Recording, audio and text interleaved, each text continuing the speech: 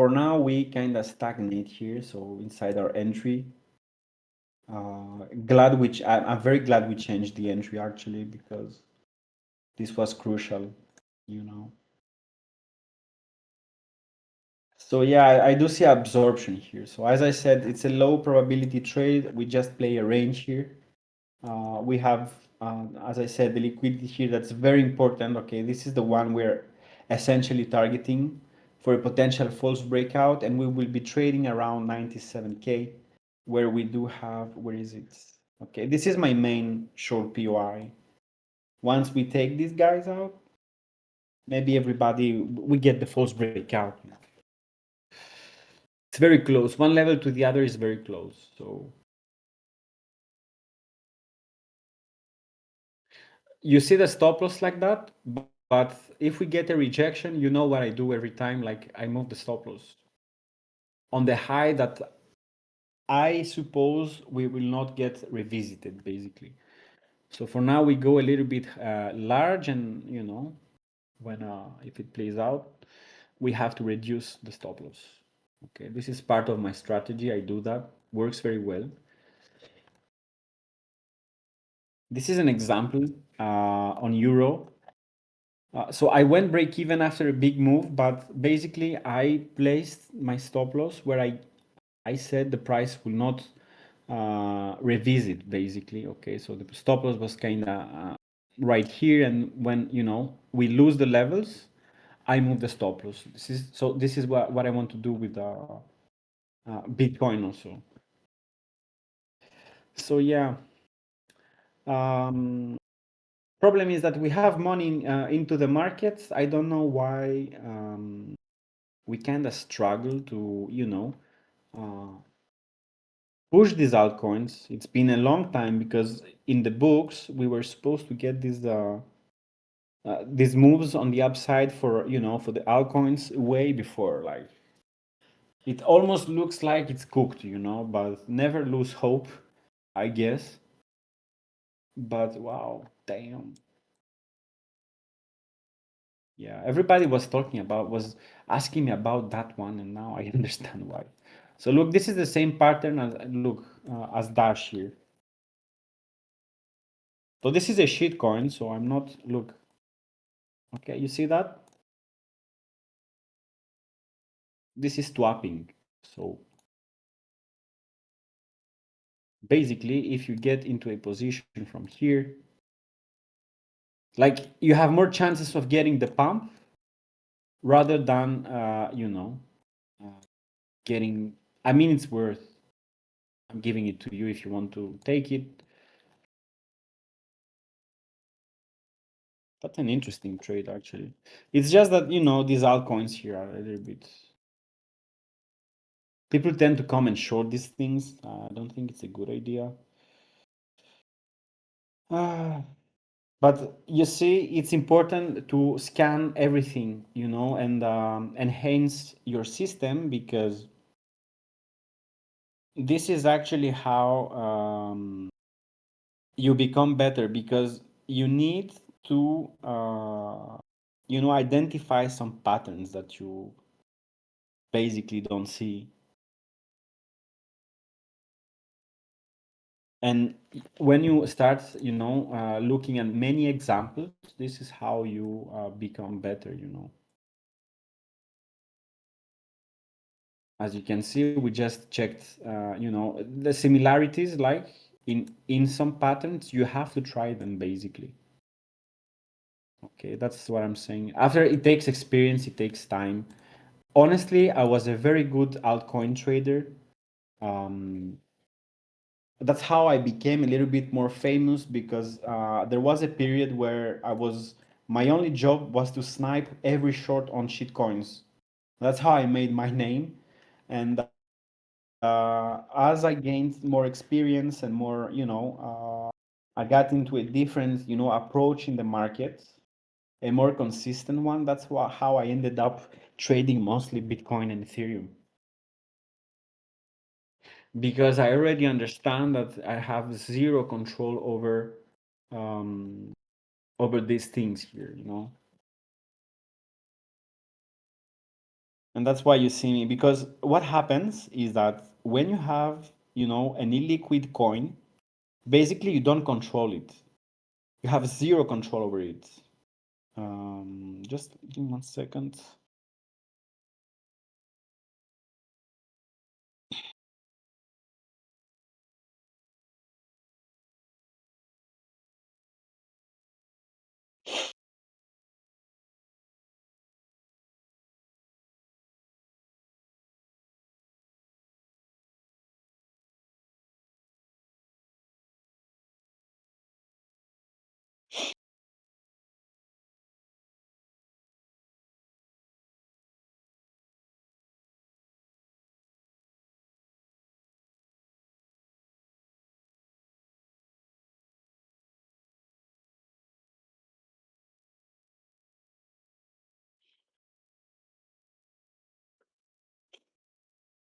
Okay.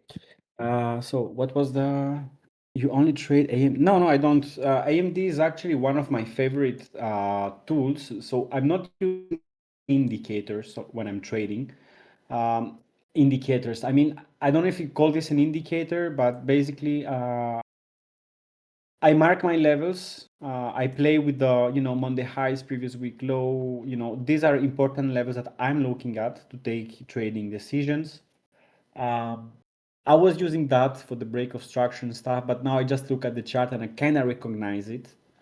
And the 200 EMA, basically. This is one I'm using, but not all the time. What I'm using mostly, like AMD is a tool that I use because it is very important to understand like the XMR here. And the thing is that you find it in all time frames. So when you find that, or when you see a range, studying AMDs is important because when you see a clean range, you can anticipate what the market makers want to do. So they will take the price into a level, and then there are some conditions though for the AMD. That means that you need when you lose the level, you need a clear range. When you lose the level, you need to reclaim the range very fast because if like it looks like that, okay, you go into the manipulation. If you grind slowly into the range, it's not good. Like when you drop, at some point you have to come. The candle that reclaims the previous range has to be a good candle. So there are some conditions to consider something as an AMD, but yeah, I do use that a lot, or at least I'm looking for it inside the charts in all time frames. ETH, for example, is very good with AMDs, as I explained before. Um, it's respecting them a lot, and you can find in a lot of time frames. As you can see, you have it here, distribution, on higher time frames also. And you had another one. So basically, Ethereum, for example, respects it very well. If I go on, Bitcoin, sometimes it's kind of, weird to find it, but wait, was like that. They don't look the same all the time. The range doesn't look the same, but this is the same thing, guys, basically. So yeah, AMDs are very important because this is a market maker concept. You just need to use it, wisely. It's not the only thing you should be looking at. And then I'm looking at other stuff, but this is stuff I don't share because it's kind of advanced shit, and you have to know how to read these. Is like the order flow, understand, the open interest when how it increases or decreases with the price. So these are other things that I use, but this is mostly for the 1 minute time frame scalps and stuff like that. Because you can have a pattern forming, for example, but that doesn't mean it will work. You need other stuff that are going on behind the scenes that makes you take the decision. The only difference that makes it hard is that it's hard to filter all this information at the same time. So I'm doing actively when I'm not tired, and I can do everything at the same time.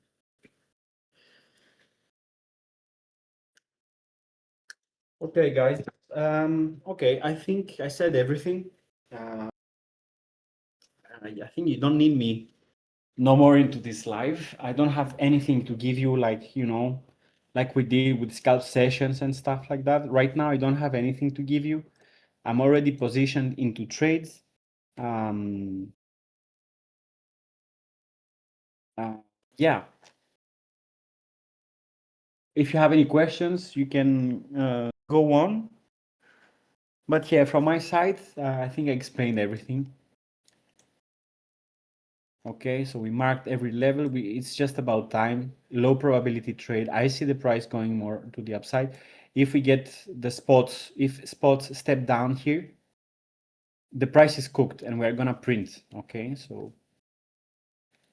and I guess you should bring the price, the take profits inside a long period. Don't forget, I said always take profits in places where you would long. For example, if you short, when I'm longing, I take profits in where I would short. For example, this is the example here. Where is it? We just move that thing.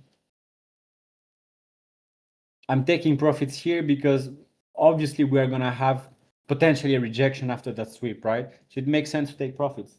I'm not betting into a continuation of the price. That's it.